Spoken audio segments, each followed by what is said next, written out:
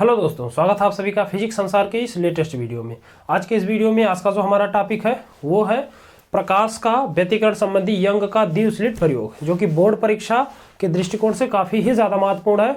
और इस वीडियो में हम लोग जो आपकी दीप्त और अदीप्त पट्टियां प्राप्त होती है, फ्रिंजें प्राप्त होती है, उनकी चौड़ाई का व्यंजक भी प्राप्त करेंगे, जो कि बोर्ड एग्जाम में कई बार पूछा गया है और 5 नंबर के क्वेश्चन में एग्जाम में पूछा जाता है। तो ये टॉपिक काफ़ी ज़्यादा महत्वपूर्ण है और इस टॉपिक को हम लोग इस वीडियो में डिटेल से चर्चा करेंगे। तो सारी चीज़ों को, सारे कॉन्सेप्ट को आपको अगर अच्छे से समझना है तो वीडियो को पूरा देखना पड़ेगा, ताकि आपको कोई भी चीज़ ऐसी ना हो जो कि बीच में छूट जाए। तो बिना स्किप किए वीडियो को पूरा देखिए ताकि आपको ये टॉपिक अच्छे से समझ में आ सके। तथा अगर आप नोट्स चाहते हैं तो नोट्स के लिए मैं सारी लैंग्वेज भी इस पर लिख दूंगा, ताकि आप उसका स्क्रीनशॉट लेकर एक अच्छा सा नोट भी तैयार कर लीजिए। तो चलिए शुरू करते हैं। जैसा कि हम लोग पढ़ ही चुके हैं कि प्रकाश का व्यतिकरण होता क्या है। प्रकाश का व्यतिकरण हम लोग पढ़ चुके हैं कि जब भी कोई प्रकाश किरण, दो प्रकाश तरंगे किसी स्रोत से उत्पन्न होती है और जब वो माध्यम में गति करती है, तो माध्यम में अगर वो संचरण के दौरान किसी बिंदु पर मिलती है तो उस बिंदु पर या तो प्रकाश की तीव्रता मैक्सिमम हो जाती है और या तो प्रकाश की तीव्रता न्यूनतम हो जाती है। इस घटना को हम लोग प्रकाश का व्यतिकरण कहते हैं। हम लोग यंग के प्रयोग में ये समझेंगे कि जो ये प्रकाश की घटना होती है प्रैक्टिकली आप इसको कैसे करेंगे। यंग ने अपने जो ये व्यतिकरण की घटना होती है इसको प्रैक्टिकली प्रूफ किया था कि हाँ ये रियल में कैसे होती है, और इसी को हम लोग इस वीडियो में चर्चा करेंगे। तो चलिए हम लोग पहले समझते हैं कि यंग का प्रयोग किया कैसे गया था। इसके लिए यंग ने क्या किया, एक सोडियम लैंप लिया प्रकाश स्रोत के रूप में। तो सबसे पहले हम लोग एक लैंप बनाते हैं। कौन सा लैंप था, तो ये था सोडियम लैंप। सोडियम लैंप था, यानी एक प्रकाश स्रोत था जहां से प्रकाश उत्पन्न होता है। तो ये मान लीजिए एक सोडियम लैंप है और इससे कुछ दूरी पर एक इन्होंने क्या किया, एक अवरोध, एक लकड़ी का गुटका लगाया और उसमें दो पतले पतले छिद्र कर दिए। जैसा कि यहां पर हम कर देते हैं, एक छिद्र यहां पे और एक छिद्र यहां पे। ये लकड़ी का गुटका है कैसे, तो ये लकड़ी का गुटका कुछ इस प्रकार से यहाँ में ऐसे पतले पतले छोटे छोटे दो क्या किए गए हैं, छिद्र कर दिए गए। एक का नाम हम लोग रख देते हैं S1, एक का नाम रख देते हैं S2, ठीक। और इस अवरोध से कैपिटल D दूरी पर एक पर्दा लगाया गया, स्क्रीन लगाया गया। कितनी दूरी पर, कैपिटल D दूरी पर क्या किया गया, एक पर्दा को लगा दिया। अब देखिए हम लोग मान लेते हैं कि जो हमने ये जो दोनों छिद्र किए गए हैं इसके बीच की दूरी कितनी है, तो इसको हम लोग मान लेते हैं कि स्मॉल d दूरी पर ये दोनों छिद्र किए गए हैं। कितनी दूरी पर, स्मॉल d दूरी पर। ये आपका S2 है, ठीक। तो हम लोग जानते हैं कि जब ये प्रकाश स्रोत फिर से यहाँ पे बनाते हैं, ये मान लीजिए प्रकाश स्रोत, ये प्रकाश स्रोत कौन है, सोडियम लैंप, ठीक। यहां से प्रकाश जब उत्सर्जित होगा, ऐसा इन्होंने क्यों किया, ऐसा करने के पीछे का कारण है व्यतिकरण की घटना के लिए एक कंडीशन है। व्यतिकरण की घटना के लिए कंडीशन यह है कि जो प्रकाश की तरंगें होनी चाहिए उनकी आवृत्ति समान होनी चाहिए। तो आवृत्ति समान हो, इसके लिए पहले के युग में ये काफी पुराना एक्सपेरिमेंट है, तो उस समय कोई ऐसा तकनीक उपलब्ध नहीं था जिससे आप आसानी से समान आवृत्ति का प्रकाश प्राप्त कर लें। तो इसके लिए इन्होंने एक दिमाग छोटा सा लगाया। इन्होंने क्या किया, एक ही सोडियम लैंप लिया और उसको क्या किया, एक द्विझिर्री वाले यानी दो छिद्र वाले गुटके के सामने रख दिया। तो इससे लाभ ये होगा कि जो सोडियम लैंप से जो भी प्रकाश उत्पन्न होगा उसकी आवृत्तियां क्या होंगी, समान होंगी, और जब तक आवृत्ति समान नहीं होगी तब तक प्रकाश के व्यतिकरण की घटना नहीं होती। इसीलिए यहां पर ऐसा किया गया। तो यहां से ये सोडियम लैंप है, ये जल रहा, यहां से आपकी दो तरंगे, एक क्या होगी इस छिद्र से आती है। मान लीजिए कि ये क्या है, इसका मिड पॉइंट है। तो ये पूरी दूरी अगर d है तो इधर वाली जो दूरी होगी वो हो जाएगी d/2, और इधर वाली जो दूरी होगी यहां से यहां तक की, ये भी क्या होगी, d/2। यानी पूरी दूरी d है, आधी दूरी d/2, इधर वाली दूरी भी कितनी होगी, d/2। मान लेते हैं ये जो केंद्र है इसको हम नाम दे देते हैं O, ठीक। यहां से एक कोई प्रकाश की तरंग आती है और यहां पर इस पर्दे के किसी बिंदु P पर पड़ती है। कहां से, S1 से। और S2 से भी एक प्रकाश की तरंग आती है और कहां पर पड़ती है, पर्दे के बिंदु P1 पर, ठीक। तो यहां पर ये दो तरंगे यहां पर आ रही हैं, तो यहां पर एक आपको स्पेक्ट्रम प्राप्त होगा। अब वो दीप्त होगा कि अदीप्त होगा हमें नहीं मालूम है, लेकिन मान लीजिए कि दो तरंगे यहां पर पहुंच रही हैं और P1 पर एक स्पेक्ट्रम जो है प्राप्त हो रहा है। दीप्त का है या अदीप्त का ये अभी नहीं पता, अभी जब हम सारा कंडीशन अप्लाई करेंगे तो पता चलेगा कि दीप्त है कि अदीप्त है, ठीक। मान लेते हैं कि मिड पॉइंट से ये जो स्पेक्ट्रम प्राप्त हुआ इसकी दूरी कितनी है, स्मॉल y है। अब देखिए यहां से तो ये तो फिगर हो गया। पहले हम क्या करते हैं, सारे फिगर को लिख लेते हैं। जो आपका दीप्त और अदीप्त फ्रिंज प्राप्त होती है, यानी जो दीप्त पट्टी व्यतिकरण में और जो अदीप्त पट्टी प्राप्त होती है, वो इस बात पर निर्भर करता है कि ये जो दोनों तरंगे हैं S1P और S2P, इनके मध्य का पथांतर कितना है। अगर आपको पथांतर मालूम है तो पथांतर के कंडीशन से आप ये पता कर सकते हैं कि P1 पर दीप्त फ्रिंज प्राप्त हो रहा है कि अदीप्त फ्रिंज प्राप्त हो रहा है। तो इसके लिए हम क्या करेंगे, पहले ज्ञात करेंगे कि S1P और S2P के मध्य टोटल पथांतर है कितना। तो पथांतर को हम लोग प्रदर्शित किससे करते हैं, तो हम लोग जानते हैं पथांतर जो होता है वो डेल्टा लैम्डा होता है। और इसको अगर आप चाहें तो लिख लीजिए, पथांतर को डेल्टा लैम्डा से प्रदर्शित किया जाता है। और ये पथांतर बराबर होता किसके है, तो यहां से देखिए पहले पथांतर का मतलब क्या होता है, पथ का अंतर, यानी पहली तरंग के द्वारा तय की गई दूरी और दूसरी तरंग, इन दोनों के बीच का अंतर कितना है। तो आप देखिए ये कम दूरी तय कर रहा है, ये अधिक दूरी तय कर रहा है। तो अगर इस अधिक वाले में से इस छोटी दूरी को घटा दे तो हमें पता चल जाएगा कि पथांतर है कितना। तो पथांतर जो होगा वो होगा S2P माइनस S1P के। ठीक, इसको हम लोग बना देते हैं समीकरण नंबर 1। लेकिन S2P और S1P भी आपको मालूम नहीं है कि ये कितना है। तो हम क्या करते हैं, S2P और S1P का मान ज्ञात करते हैं। तो इसका मान ज्ञात करने के लिए हमें क्या करना पड़ेगा, इसमें थोड़ी सी रचना करनी पड़ेगी। हम क्या करते हैं, यहां से एक रेखा क्या करते हैं बनाते हैं, इसको नाम दे देते हैं यन, और यहां से भी एक लाइन खींच लेते हैं, रचना करते हैं, इसको नाम दे देते हैं यम। किसके समांतर, तो ये आपका जो मेन एक्सिस है इसी के समांतर हम क्या करते हैं, एक रेखा खींचते हैं। तो यहां से आपको ये दो त्रिभुज दिखेंगे। एक त्रिभुज देखो तो S1P1 यन, ये पूरा यहां से ये पूरा त्रिभुज, और एक त्रिभुज आपका ये है। ये त्रिभुज अगर आप देखिए तो ये एक समकोण त्रिभुज है। और समकोण त्रिभुज में हमें मान किसका ज्ञात करना, हमें मान ज्ञात करना S2P1 का और S1P का। तो S2P का मान ज्ञात करने के लिए हम कौन सा त्रिभुज लेंगे, S2Pn। S2Pn से हम अगर इसमें पाइथागोरस प्रमेय लगाएं, जैसा कि आप क्लास 10 में पढ़े होंगे, पाइथागोरस प्रमेय लगाएं, तो हम लोग जानते हैं कि कर्ण का स्क्वायर बराबर लंब का स्क्वायर प्लस आधार का स्क्वायर। तो पाइथागोरस प्रमेय की सहायता से हम लोग S2P और S1P का मान ज्ञात करते हैं। उससे पहले मैं सारे लैंग्वेज को पहले यहाँ पर लिख देता हूँ ताकि आपको नोट्स बनाना हो तो कोई समस्या नोट्स बनाने में ना हो। हाँ देखिए, मैंने सारे के सारे जो लैंग्वेज इस फिगर से संबंधित, इस एक्सपेरिमेंट से संबंधित जो भी चीजें थी वो सब हमने यहाँ पर लिख दिया। अब देखो हम क्या करते हैं, S2P और S1P का मान ज्ञात करते हैं। तो सबसे पहले हम ज्ञात कर लेते हैं कि S2P है कितना। तो S2P को ज्ञात करने के लिए, S2P के लिए हम क्या करते हैं, एक त्रिभुज लेते हैं S2P1N। यहाँ पर क्या करेंगे, इसको P1 ना मान करके क्या मान लेते हैं, P मान लेते हैं। तो यहाँ से लिखेंगे S2P त्रिभुज, लिखेंगे त्रिभुज S2Pn से, यानी वाला त्रिभुज S2Pn, ये बड़ा वाला त्रिभुज। तो इस त्रिभुज में हम लगाएंगे क्या, पाइथागोरस प्रमेय। तो हम लोग यहां पर लिखेंगे पाइथागोरस प्रमेय से। बुक में आप देखेंगे ये डेरिवेशन थोड़ा काफी ज्यादा टफ है, यहां पर हम इसको आपको इजी वे में समझा रहे हैं। पाइथागोरस प्रमेय क्या होता है, पाइथागोरस प्रमेय हम लोग जानते हैं कि कर्ण का स्क्वायर जो होता है वो बराबर होता है लंब का स्क्वायर प्लस आधार का स्क्वायर, जो कि कक्षा 10 की गणित में सभी लोग पढ़े रहते हैं। तो कर्ण क्या होता है, 90 के सामने की भुजा क्या होती है, कर्ण होती है। तो 90 के सामने कौन है, S2P। तो यहां पर हो जाएगा S2P का स्क्वायर इज इक्वल टू लंब क्या है, तो ये एंगल थीटा, इसके सामने कौन है, NP। तो यहां से हो जाएगा NP का स्क्वायर प्लस आधार, देखिए आधार क्या है, S2N, आधार क्या है, S2N। तो यहां से हो जाएगा S2N का स्क्वायर। ठीक, हम क्या करते हैं, NP और S2N का मान फिगर से ज्ञात करते हैं, जो कि हमने माना है।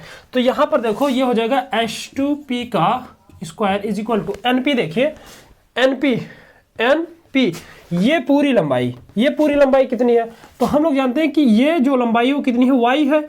और यहां से यहां तक की लंबाई देखो, यहां से यहां तक की लंबाई कितनी है, d/2। ये लंबाई d/2 है, तो ये भी क्या होगा, d/2 ही होगा, क्योंकि ये रेखा इसके क्या है, समांतर है। और समांतर रेखाओं के बीच की दूरी होती है सदैव समान होती है। तो अगर हम NP की लंबाई देखें तो NP जो टोटल है वो है आपका y प्लस d/2। ठीक, और ये मान लाकर हम यहां पर रख देते हैं। तो NP की जगह पे आप रखेंगे, NP की जगह क्या हो जाएगा, y प्लस d/2। तो यहां से हो जाएगा y प्लस d/2 का होल स्क्वायर प्लस S2N। देखिए S2N ये लंबाई कितनी है, कैपिटल D। तो यहां से हो जाएगा कैपिटल D का होल स्क्वायर। ठीक, इसको आगे कर लीजिए, इसको हम लिख सकते हैं S2P का whole square is equal to D² plus y plus d by two का होल स्क्वायर। ठीक, इसमें से अगर डी स्क्वायर कॉमन कर ले तो ये हो जाएगा h2p का whole square is equal to d square बाहर करें, यहाँ आएगा 1 प्लस, अब देखो इसमें से डी स्क्वायर बाहर करेंगे तो यहाँ से तो डी स्क्वायर निकल जाएगा, यहाँ पर डी स्क्वायर है, ये नहीं है तो डी स्क्वायर नहीं है। तो आपने पढ़ा होगा कक्षा 10 की गणित में, काफी सारे छोटे क्लासों में ये पढ़ाया जाता है। मान लीजिए आपसे कहे a माइनस बी दिया गया, इसमें हम कहें आप a कॉमन करो, तो a तो कॉमन होगा तो यहाँ से तो आप कॉमन कर लेंगे क्योंकि यहाँ पर a है, यहाँ पर a नहीं है, तो नहीं है तो उसका तरीका हम क्या करते हैं, इसमें a लाते हैं। a कैसे लाएंगे, a से गुणा करेंगे, a से भाग करेंगे, तो ऊपर वाला a तो बाहर हो जाएगा लेकिन नीचे वाला a बचेगा, तो यहाँ पर क्या बचेगा 1 माइनस बी बाई a। ठीक ऐसे ही इसमें डी स्क्वायर है तो यहाँ से निकल गया, यहाँ नहीं है तो डी स्क्वायर से गुणा, डी स्क्वायर से भाग, तो यहाँ पर बचेगा, ऊपर वाला तो बाहर निकल गया, बचेगा y plus d by two का होल स्क्वायर और पूरे बटे में कैपिटल डी स्क्वायर। ठीक, तो यहां से ये हो जाएगा। अब देखो डी स्क्वायर हमने बाहर कर लिया, यहां से इसके नीचे क्या आ गया डी स्क्वायर। हम क्या करते हैं, इसका स्क्वायर इधर से भेज देते हैं, पक्षांतर करते हैं स्क्वायर, ये स्क्वायर इधर आएगा तो इस पे क्या होगा स्क्वायर रूट लगेगा, तो यहां से ये हो जाएगा h2p इज इक्वल टू, इधर आ जाएगा under root d square bracket में 1 plus y plus d by two का होल स्क्वायर और पूरे बटे में डी स्क्वायर। ठीक, यानी ये इधर का स्क्वायर इस पे आएगा तो किस में हो जाता है, रूट में हो जाता है। आपने पढ़ा होगा, बेसिक गणित है कि अगर अंडर रूट एक्स बराबर आपको दिया है 1 तो ये रूट इधर भेज दोगे तो इस पर क्या हो जाएगा, इधर रूट है, अरे माफ कीजिएगा इधर स्क्वायर है, इस पे आएगा तो क्या आ जाएगा x बराबर अंडर रूट 1, यानी इधर का स्क्वायर उधर जाता है क्या हो जाता है रूट में चेंज हो जाता है। अब इसको अगर हम सॉल्व करें आगे तो यहां से आपको मिल जाएगा h2p इज इक्वल टू, यहाँ पे देखो रूट है, किसी के पावर रूट है, इसका मतलब होता क्या है, इसका मतलब है कि इसके पावर में क्या लिखा 1/2, रूट का मतलब ये होता कि उसके घात में क्या है 1/2 है, आधा है,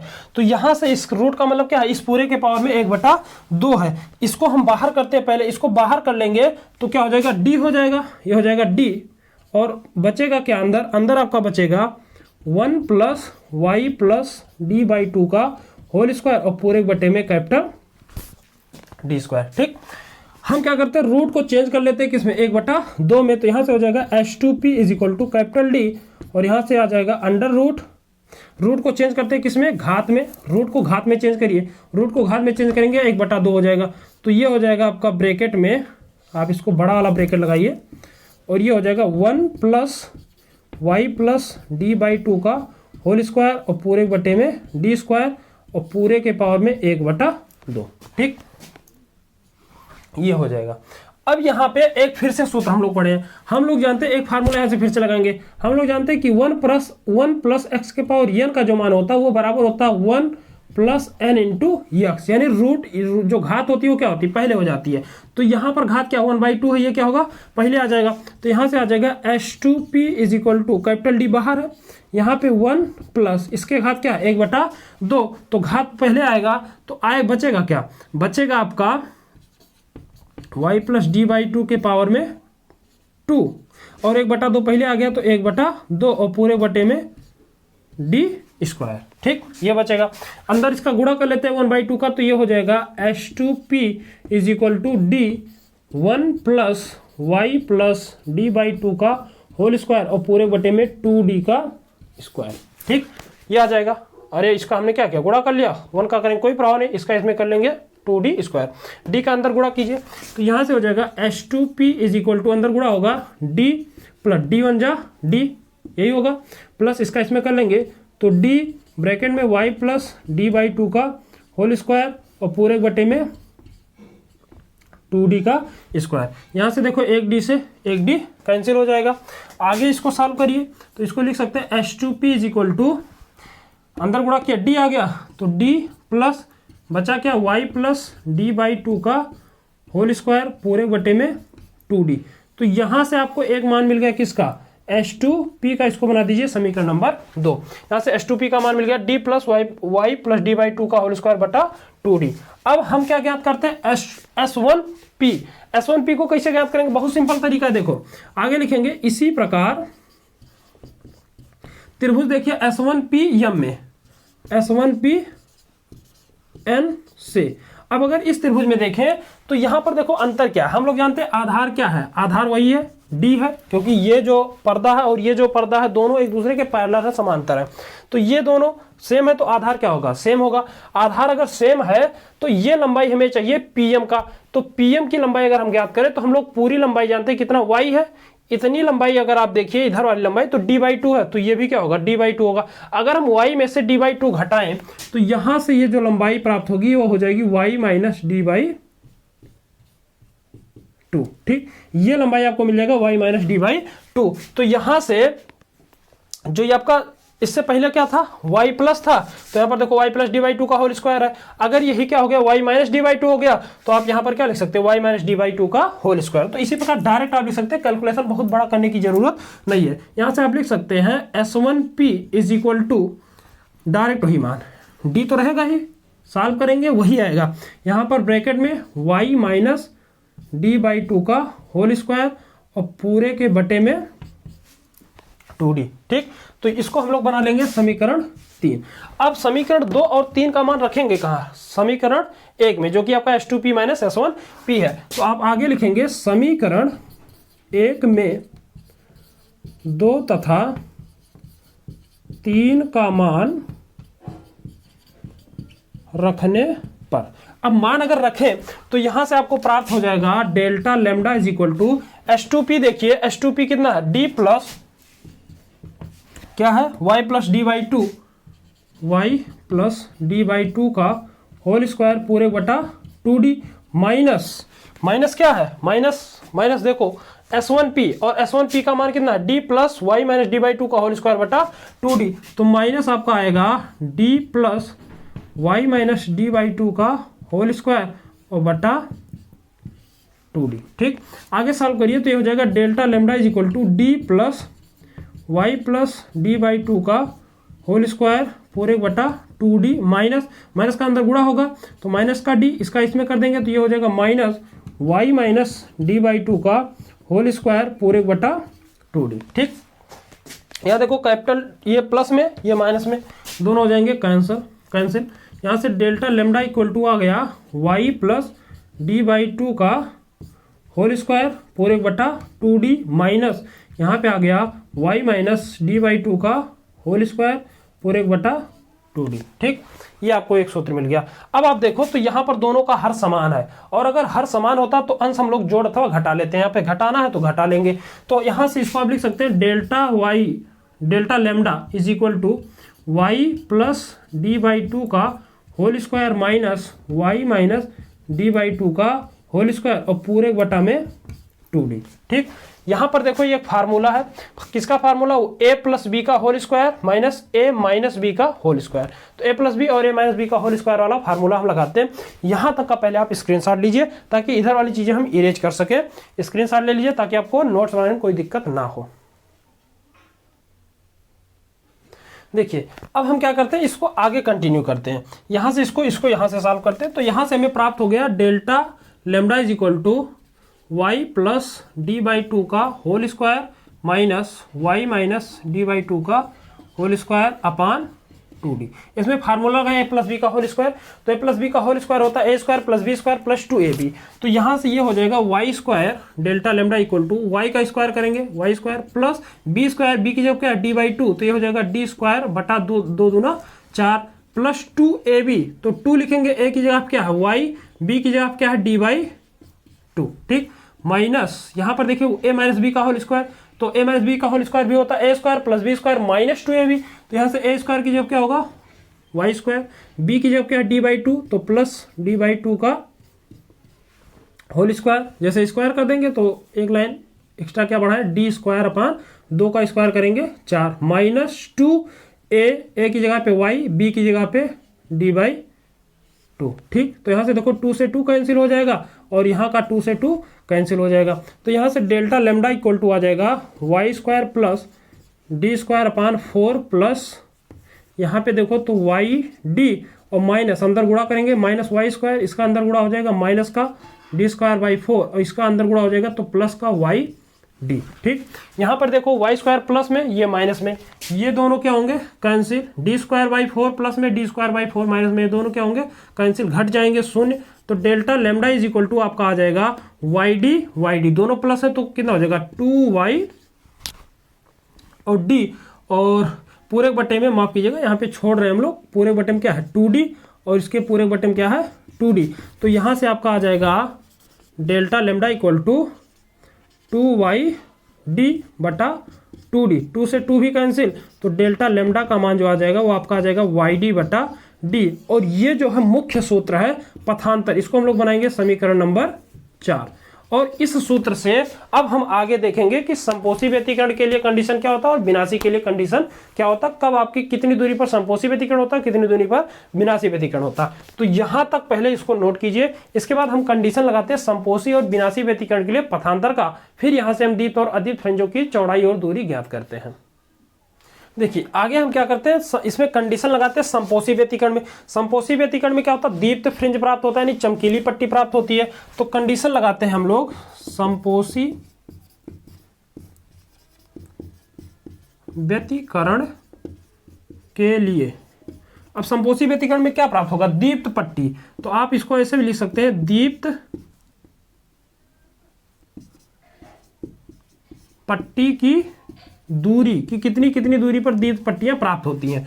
तो हम लोग जानते हैं कि संपोषी व्यतिकरण के लिए जो पथांतर होता है वो होता है delta lambda equal to lambda upon 2 pi into phi. Phi क्या है, तो फाई होता है आपका कलांतर, फाई क्या होता है कलांतर होता है। और हम लोग संपोषी व्यतिकरण के लिए कलांतर पढ़ चुके हैं कि जो संपोषी व्यतिकरण के लिए कलांतर होता है वो आपका होता है 2 पाई n, क्या होता है 2 पाई n। ये मान यहां पर रखेंगे तो यहां से पथांतर का जो सूत्र प्राप्त होगा वो delta lambda equal to lambda upon 2 pi और इंटू 2 पाई n हो जाएगा। 2 पाई से 2 पाई कैंसिल, तो डेल्टा लेमडा का मान जो आएगा वो आ जाएगा n इंटू लेमडा। इसको बनाएंगे समीकरण नंबर 5। हम क्या करते हैं, इसकी तुलना करते हैं समीकरण नंबर 4 से, क्योंकि देखो डेल्टा लेमडा पथांतर ये भी, डेल्टा लेमडा पथांतर ये भी है। तो इसकी तुलना 5-4 से करेंगे तो यहां पर लिखेंगे समीकरण 4 तथा 5 से। इन दोनों की तुलना करो तो एक पक्ष दोनों में सेम है तो दूसरा भी क्या होगा, बराबर होगा। तो यहां से आप लिख सकते हैं वाई डी बटा capital d is equal to n into lambda. ठीक, यहां से अगर हम y का, y है क्या, y क्या है, y केंद्रीय फ्रिंज से पट्टी की चौड़ाई है जो दीप्त और अदीप्त पट्टियां प्राप्त होती है। तो यहां से y का मान निकाले तो y बराबर क्या आएगा, इसका इधर गुणा हो जाएगा तो n into lambda into D, ये इसका इधर चलाएगा और इधर गुणा में, इधर आएगा किस में आएगा भाग में, और ये आपका हो जाएगा यनवी पट्टी की दूरी केंद्रीय फ्रिंज से। यहां पर देखो n का मान मतलब यनवी पट्टी की दूरी। अब अगर हम n प्लस 1वीं निकालें, n प्लस 1वीं दीप्त फ्रिंज की दूरी कहां से, केंद्रीय पट्टी से, जो आपका ये केंद्रीय है, केंद्रीय पट्टी से n प्लस 1वीं एक जोड़ दें उसमें, तो यहां से y बराबर हो जाएगा n प्लस 1, n की जगह क्या रख देंगे n plus 1 into lambda into D upon small D. तो एक सूत्र आपको यहां से प्राप्त हो जाएगा। ये ऐसा हमने क्यों किया, ऐसा करने के पीछे कारण है। ऐसा जब हम करेंगे तो हम दीप्त और अदीप्त पट्टियों की चौड़ाई का व्यंजक प्राप्त करेंगे। कैसे प्राप्त करेंगे आप देखिए, इधर वाला पहले इरेज करते हैं।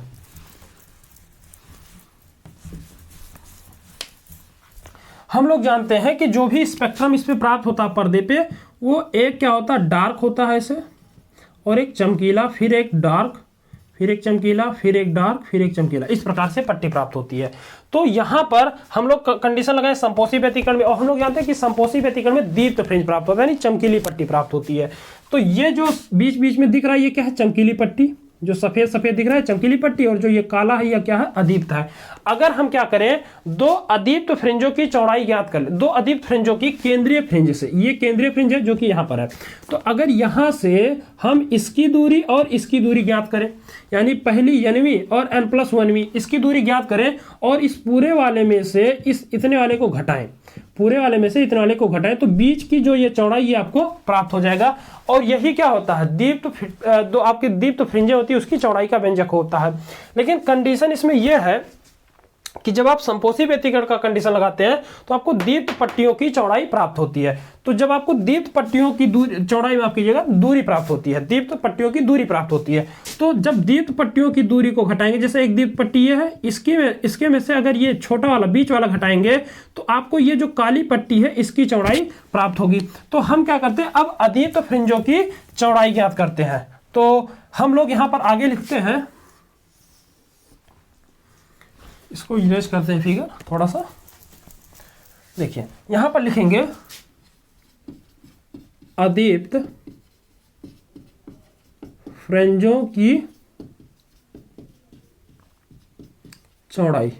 अदीप्त फ्रिंजों की चौड़ाई W से प्रदर्शित करते हैं। ये बराबर किसके होगा, तो n प्लस 1वीं फ्रिंज दीप्त फ्रिंज की दूरी, यहां पर लिखेंगे n प्लस 1वीं दीप्त फ्रिंज की दूरी माइनस n प्लस 1वीं में से क्या करते हैं, nवीं घटाते हैं, माइनस nवीं दीप्त फ्रिंज की दूरी। हम क्या करते हैं, जैसे अभी स्पेक्ट्रम बनाए थे, ये मान लीजिए केंद्रीय फ्रिंज है, यहां से एक डार्क पट्टी ये है, एक डार्क पट्टी ये है, एक डार्क पट्टी ये है। अगर ये एनवी है, ये मान लीजिए एनवी है, और ये क्या होगा 1 उसमें ऐड कर देंगे तो ये हो जाएगा n प्लस 1वीं। तो अगर हम n प्लस 1वीं इस पूरी लंबाई में से, इस पूरी लंबाई में से, इस पूरी लंबाई में से, यहां से यहां तक की लंबाई में से यहां तक की लंबाई घटाएं, पूरी में से यहां तक की लंबाई घटाएं, तो ये बीच में जो पट्टी आपको सफेद चमकीली पट्टी मिल रही, इसकी चौड़ाई प्राप्त होगी कि नहीं। अरे दो अदीप्त में इस पूरे में से इसको इधर वाला नीचे वाला घटा दें तो ये बीच वाली लंबाई मिल जाएगी, और यही क्या होगी, यही होगी आपकी अदीप्त फ्रिंज की चौड़ाई। ऐसा होगा। लेकिन हम कंडीशन क्या ज्ञात किया, हम ज्ञात कर लिए दीप्त फ्रिंज के लिए। तो दीप्त के लिए अगर आप ज्ञात किया तो अदीप्त फ्रिंज की चौड़ाई मिलेगी। तो दीप्त एक आपका ये है और एक आपका ये है। अगर इन जैसे एक ये है और एक ये है, ये भी है, तो अगर हम इसमें से इधर वाली चमकीली पट्टी को घटाते तो ये बीच में जो ब्लैक आपको पट्टी दिख रही है इसकी चौड़ाई प्राप्त होगी। तो यहां से W बराबर हो जाएगा n प्लस 1वीं दीप्त फ्रिंज की चौड़ाई कितनी है, तो ये आपका है n plus 1 into lambda D upon small D, minus इसका देखिए तो n into lambda D upon small D, n lambda D upon small D. हर दोनों का सेम है, अंश क्या होगा, जोड़ अथवा घट जाएगा। इसका अंदर गुणा कर लेंगे तो W बराबर आ जाएगा n लेमडा डी और प्लस n लेमडा, और माफ कीजिए n नहीं होगा लेमडा डी, क्योंकि इसका इधर गुणा होगा तो लेमडा डी और बटा small D minus n lambda D बटा स्मॉल डी। हर समान है, अंश जुड़ेगा अथवा घटेगा। तो यहां से n lambda D plus lambda D minus n lambda D बटा स्मॉल डी। ठीक, यहां से देखो तो n lambda D plus minus क्या होगा, कैंसिल आ जाएगा। आपको जो चौड़ाई आएगी वो कितनी आ जाएगी, lambda D upon small D. और यही सूत्र हमें प्राप्त करने के लिए एग्जाम में पहुंचता है। यही सूत्र सेम आपका अदीप्त फ्रिंज के लिए भी होगा और दीप्त फ्रिंज के लिए भी होगा। तो चाहे दीप्त का पूछे अदीप्त का पूछे, आपको इसी सूत्र का डेरिवेशन करना, और यही एग्जाम में बोर्ड एग्जाम में पूछता है। तो आई होप आपको यहाँ तक सारी चीजें जो है अच्छे से समझ में आई होंगी। वीडियो ज्यादा लंबा ना हो इसलिए इसको हम रिवाइज नहीं करा सकते। अगर आपको कोई भी चीज दिक्कत हो तो वीडियो को एक बार फिर से रिवाइज कीजिए, सारी चीजें आपको समझ में आएंगी। एक दो बार घर पे इसको प्रैक्टिस कीजिए, अपने मन से सॉल्व कीजिए, सब चीजें आपको अच्छे से क्लियर हो जाएंगी। मिलते हैं अगले वीडियो में। और अगर अच्छा लगा हो, चीज़ें समझ में आई हो तो चैनल को सब्सक्राइब कीजिए, वीडियो को लाइक भी कीजिए। मिलते हैं अगले वीडियो में, तब तक के लिए जय हिंद।